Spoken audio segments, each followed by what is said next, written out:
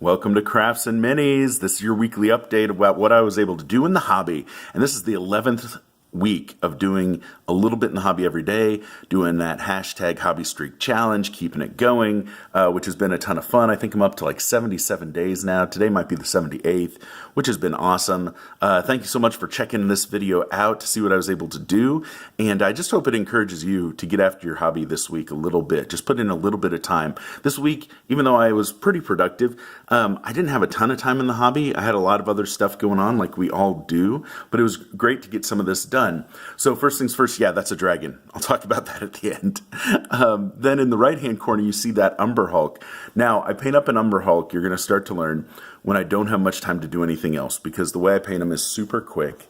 I do that Zenithal Prime job, black with just white from the top. And then this guy, here's what's crazy. You see all these different variations in colors and stuff?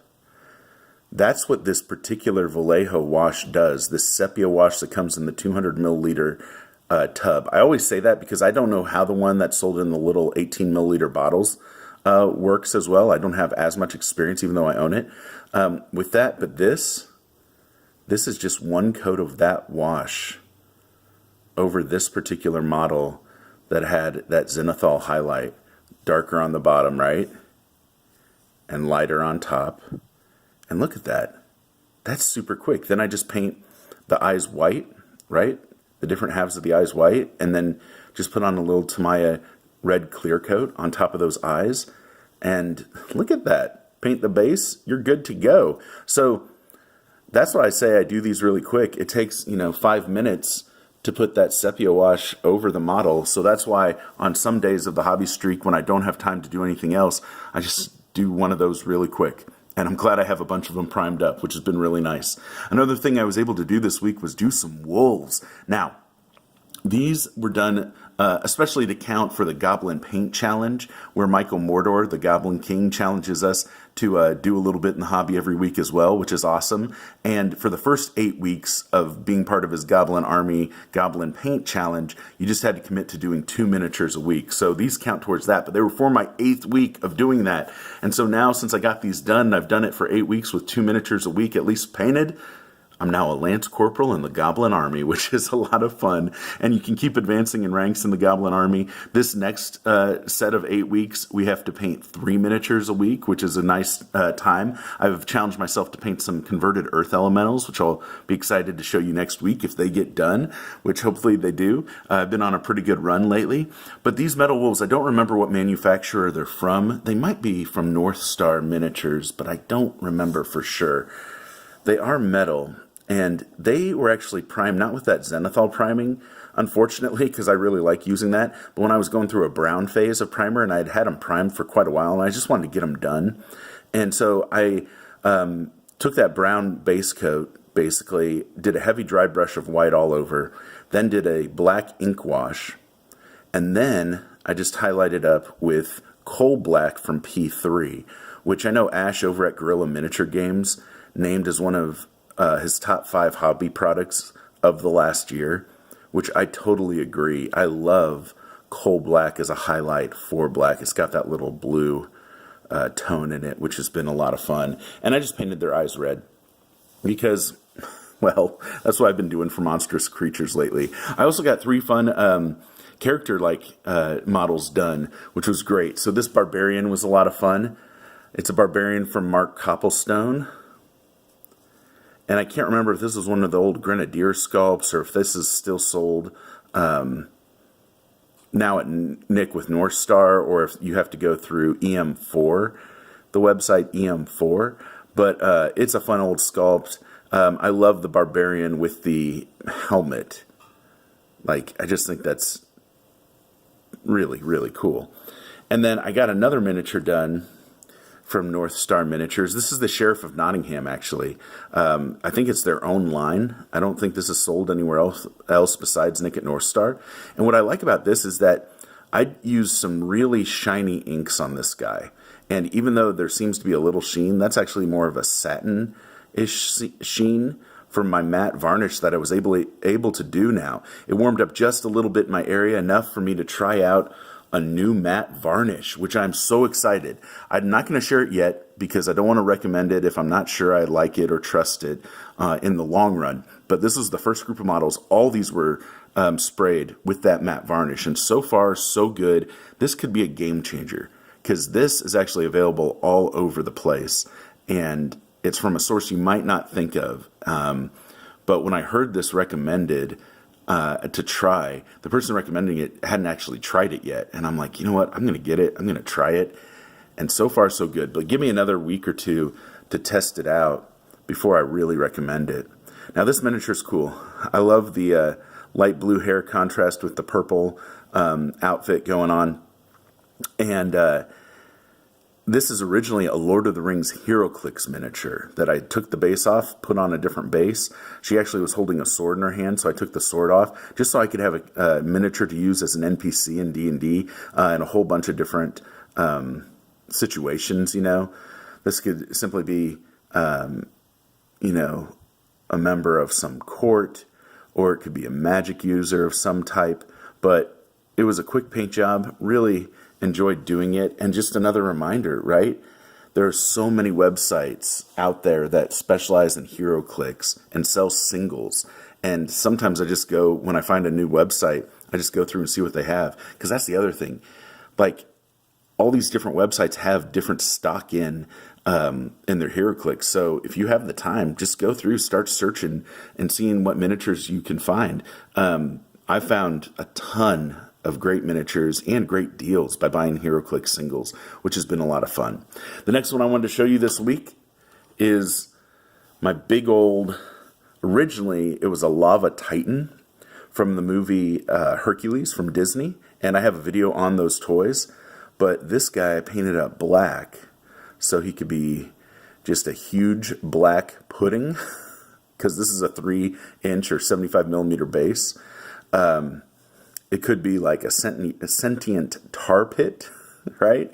A oil golem, or just any other creature that would fit this big old massive void material looking stuff. I just was like, when I saw this first, I'm like, I need to paint one of those black. I have multiples of this same figure, but I thought that would work out really well. And highlighting black, I didn't do any extreme highlighting, as you can see on here. And then when I did another black wash over the highlighting I had done, it really toned it down. But you can see on its stomach, there are some patches here of highlights. The highlighting wasn't that great on this guy that I did, so I'm not going to like brag on it or anything like that. And that's not what I'm trying to do at all in these videos, by the way. I'm not bragging. I'm just encouraging. I just hope this helps encourage your hobby a little bit. What was cool here on this guy that I did like, I just like the face, right? That mouth is gaping open, and the eyes are really nice. And I wanted to make those like really pointed.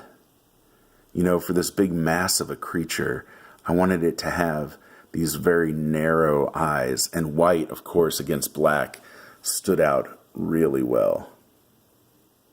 So that guy was fun. This week also, as you can see, I painted a dragon. Now, this is not from a miniatures company. This is a dragon that, actually, I'm going to move the camera. This is a dragon you can get at hobby stores, like the big hobby stores, like Michael's or Hobby Lobby. I forget which one. I think this would be like from Michael's. I actually got it on eBay for a really good deal. And it was actually painted as a black dragon. It came that way. But then, of course, I primed it up and painted over that and used a lot of blues to highlight it up. And then on the membrane here of the wings, there's some purples and grays, which seem to work out really well. Sorry about the focus here. It's going in and out. But what I was really pleased about is I used Tamiya Smoke to use as a ink over the horns, right? To give them that darker color over their white horns. And it worked out really well, but it was super, super shiny. And actually some of the ink then went into the crevices here on the head, and it just didn't look right, right? Like it was so shiny compared to the rest of the body and the rest of the head.